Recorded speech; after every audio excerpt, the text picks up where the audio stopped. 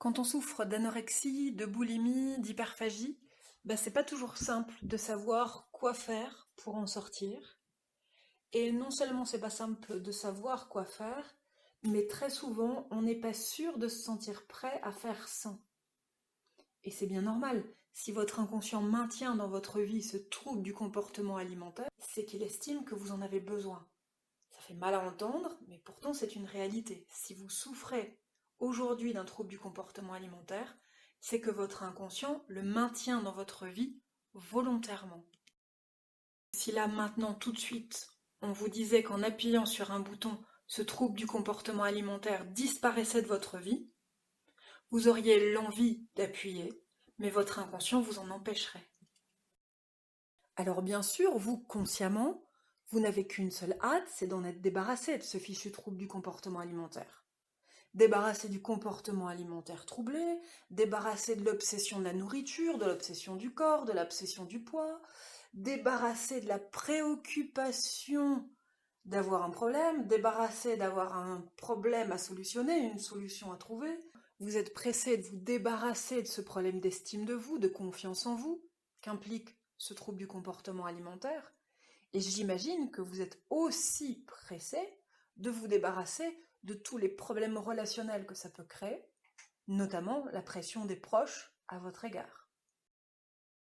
Et là où votre inconscient n'est pas du tout d'accord en l'état actuel de votre situation, dans les conditions qui sont les vôtres aujourd'hui, de vous enlever, de vous arracher ce trouble du comportement alimentaire, il n'attend que ça, que vous réunissiez les conditions qui lui permettront de vous enlever en douceur, progressivement, ce trouble du comportement alimentaire. Je vous donne un exemple tout con. Si, à chaque fois que vous vous êtes senti beau, belle dans votre vie, il vous est arrivé des carabistouilles, prenons simplement la situation dans laquelle vous vous seriez fait ou faites trop draguer. La situation dans laquelle la drague de l'autre, le regard de l'autre a été malaisant pour vous, a posé problème pour vous.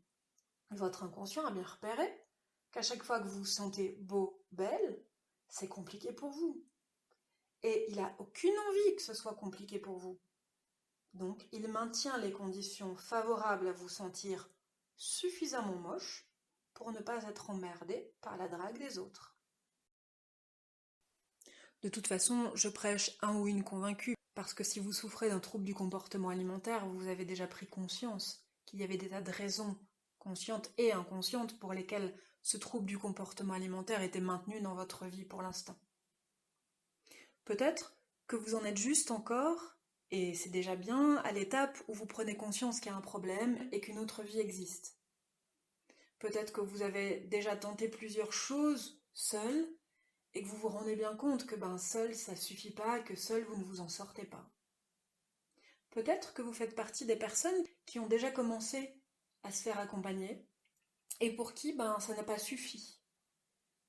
Peut-être que vous faites partie de ces personnes qui ont la chance d'avoir déjà beaucoup évolué elles-mêmes et fait évoluer leurs troubles du comportement alimentaire dans le bon sens, mais qui présentent encore quelques petits symptômes, quelques résidus chiants qui les perturbent, qui perturbent leur vie. Dans tous les cas, ce programme va vous être utile, parce qu'il est fait pour vous correspondre, quelle que soit l'étape à laquelle vous en êtes aujourd'hui. Alors bien sûr, le programme audio que j'ai créé pour vous n'est pas du tout fait pour vous sortir de ce trouble du comportement alimentaire comme ça, comme d'un coup de baguette magique. Certainement pas, vous l'avez compris, ça ne serait pas du tout sécurisé, et votre inconscient ne vous laisserait même pas acheter ce programme. Ce programme n'est pas fait pour vous accompagner tous les jours pour sortir de ce trouble du comportement alimentaire. C'est pas du tout un programme de travail. C'est un programme d'information qui vont vous permettre d'aller repérer pourquoi vous souffrez de troubles du comportement alimentaire. Qu'est-ce qui se joue pour vous? Qu'est-ce qui fait que cette fichue anorexie, cette fichue boulimie, cette fichue hyperphagie est apparue dans votre vie, mais surtout pourquoi est-ce qu'elle est encore là aujourd'hui?